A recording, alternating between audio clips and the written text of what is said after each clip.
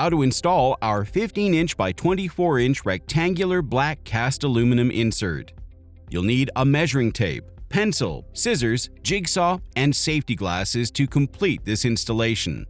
To get started, locate the dotted line and use scissors to carefully cut out the center of the template. Next, use a tape measure to find the center of the gate or install location and mark it with a pencil. Decide if you're installing the insert vertically or horizontally.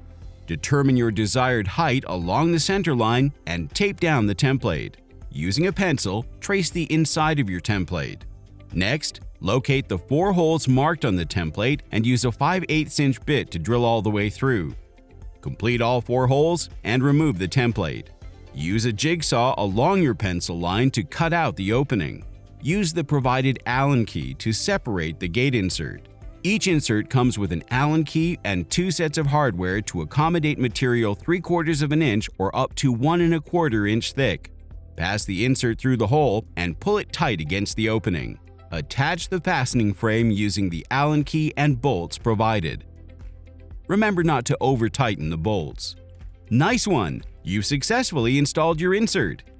Visit nuvoiron.com to learn more.